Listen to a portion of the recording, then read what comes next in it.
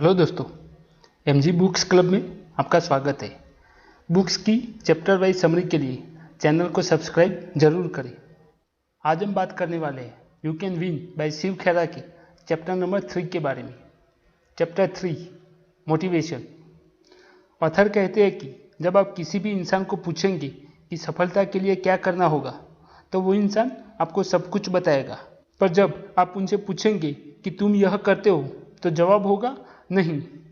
हर कोई जानता सब कुछ है पर करता कोई नहीं है, क्योंकि उन सब में मोटिवेशन की कमी है। मोटिवेशन एक आग की तरह है। जब आप आग में तेल डालना बंद करते हो तो आग बुझ जाती है। वैसे ही मोटिवेशन में यह तेल है आपका बिलीफ। जब आपका बिलीफ वीक हो जाता है तब आपका मोटिवेशन भी वीक हो जाता है। मोटिवेशन को लॉन्ग लास्टिंग बनाने के लिए आपका बिलीफ स्ट्रांग होना जरूरी है। मोटिवेशन का मतलब है मोटिव फॉर एक्शन। यह एक ऐसा फोर्स है जो आपकी ज़िंदगी बदल सकता है। ऑथर कहते हैं मोटिवेशन दो तरह के होते हैं।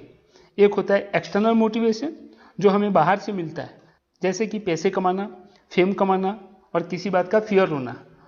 दूसरा मोटिवेशन होता है इंटरनल मोटिवेशन जो हमें अंदर से मिलता है, जैसे कुछ करने की इच्छा होना।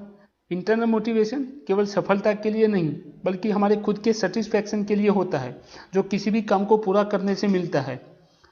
इंटरनल मोटिवेशन का सबसे बड़ा फैक्टर है काम की जिम्मेदारी लेना और खुद की पहचान बनाना। ऑथर आगे बताते हैं कि मोटिवेशन से डिमोटिवेशन की जर्नी 4 स्टेज की होती है। तो चलिए समझते हैं कि कोई व्यक्ति मोटिवेटेड से डिमोटिवेटेड कैसे होता है। पहला स्टेज है मोटिवेटेड इनइफेक्टिव। जब कोई व्यक्ति अपनी नई जॉब स्टार्ट करता है तो वो मोटिवेटेड होता है, क्योंकि वो साबित करना चाहता है कि कंपनी ने उसे सिलेक्ट करके सही डिसीजन लिया है। पर वो कंपनी में नया होता है, इसलिए उसे पता ही नहीं होता कि क्या करना है, इसलिए वो इनइफेक्टिव होता है।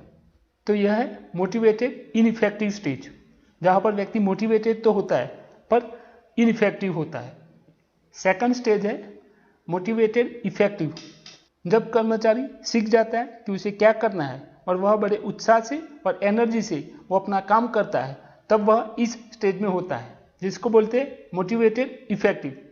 तो इस स्टेज में वो मोटिवेटेड भी होता है और इफेक्टिव भी होता है। थर्ड स्टेज है डीमोटिवेटेड इफेक्टिव। कुछ टाइम काम करने के बाद मोटिवेशन डाउन हो जाता है और कर्मचारी काम न करने के बहाने सीख जाता है। कर्मचारी उतना ही काम करता है ताकि कंपनी का मालिक उसे निकाल न दे। तो इस स्टेज में कर्मचारी इफेक्टिव तो है पर उसका मोटिवेशन डाउन है, इसलिए वो डिमोटिवेटेड है। लास्ट स्टेज है डिमोटिवेटेड इनइफेक्टिव। यह लास्ट स्टेज है।